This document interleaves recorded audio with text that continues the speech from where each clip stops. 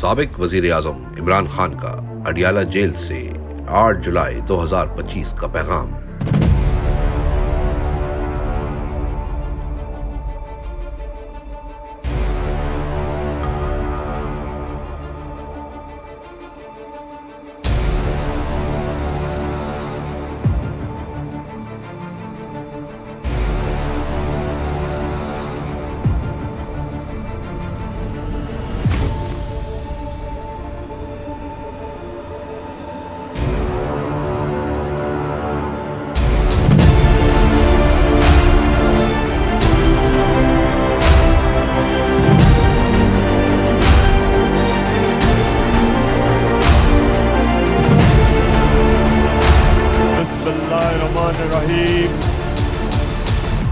ایاک نعبد و ایاک نستعین۔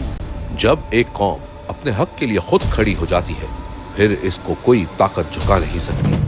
میں جیل میں بھی آزاد ہوں مگر میری قوم باہر ایک ایسی قید میں ہے جہاں نہ آزاد عدلیہ ہے، نہ آزاد جمہوریت، نہ ہی آزاد میڈیا۔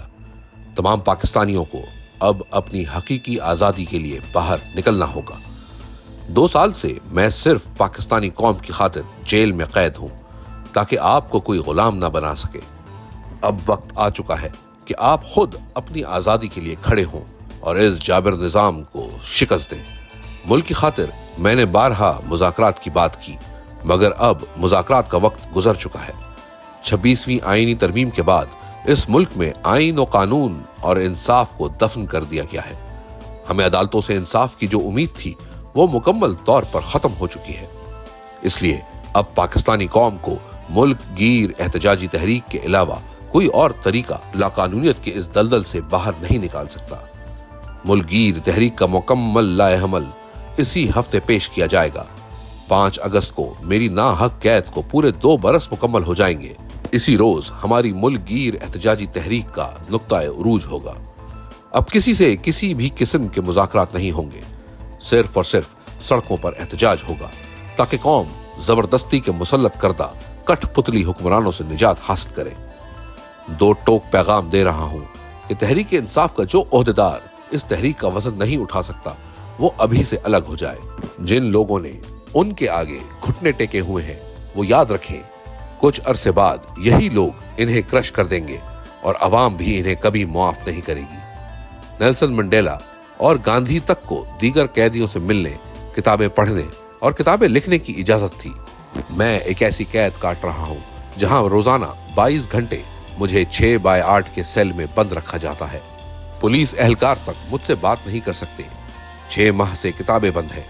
میرے بچوں سے میری بات نہیں کروائی جاتی۔ میرے وکلا اور ساتھی مجھ سے نہیں مل سکتے۔ میرے اہل خانہ کو 1 ہفتے بعد چند منٹ کے لیے ملنے دیا جاتا ہے اور اکثر انہیں بھی روک لیا جاتا ہے۔ 10 ماہ سے میرے ذاتی ڈاکٹر سے میرا معائنہ نہیں کروایا گیا۔ پچھلے 1 ہفتے سے تو میرا اخبار اور ٹی وی بھی بند ہے۔ جو کتابیں مجھے خاندان کی طرف سے بھجوائی جاتی ہیں وہ تک مجھے مہیا نہیں کی جاتی اور سپرنٹینڈنٹ کے کمرے میں پڑی رہتی ہیں۔ میری اہلیہ کو بھی بدترین حالات میں قید تنہائی میں رکھا ہوا ہے۔ اس سب کے پیچھے اسٹیبلشمنٹ اور اس کے بغل بچوں کا ہاتھ ہے۔ یہ سب کچھ مجھے توڑنے کے لیے کیا جاتا ہے لیکن میں آخری سانس تک ظلم کے خلاف کھڑا رہوں گا۔ ہم نے قبائلی علاقوں کو کئی دہائیوں بعد ان کے آئینی اور قانونی حقوق دلوائے اور علاقے کی تعمیر نو اور ترقی کے لیے بھرپور وسائل مہیا کیے۔ موجودہ رجیم نے پہلے تو 3 سال تک ان علاقوں کے جائز فنڈز روکے رکھے اور اب ان کے آئینی حقوق واپس لینے کی کوششیں کی جا رہی ہیں جو کہ انتہائی قابل مذمت ہے۔ ہمارے پارلیمنٹیرینز اور نمائندوں نے ان اقدامات کا بائیکاٹ کر کے اچھا فیصلہ کیا۔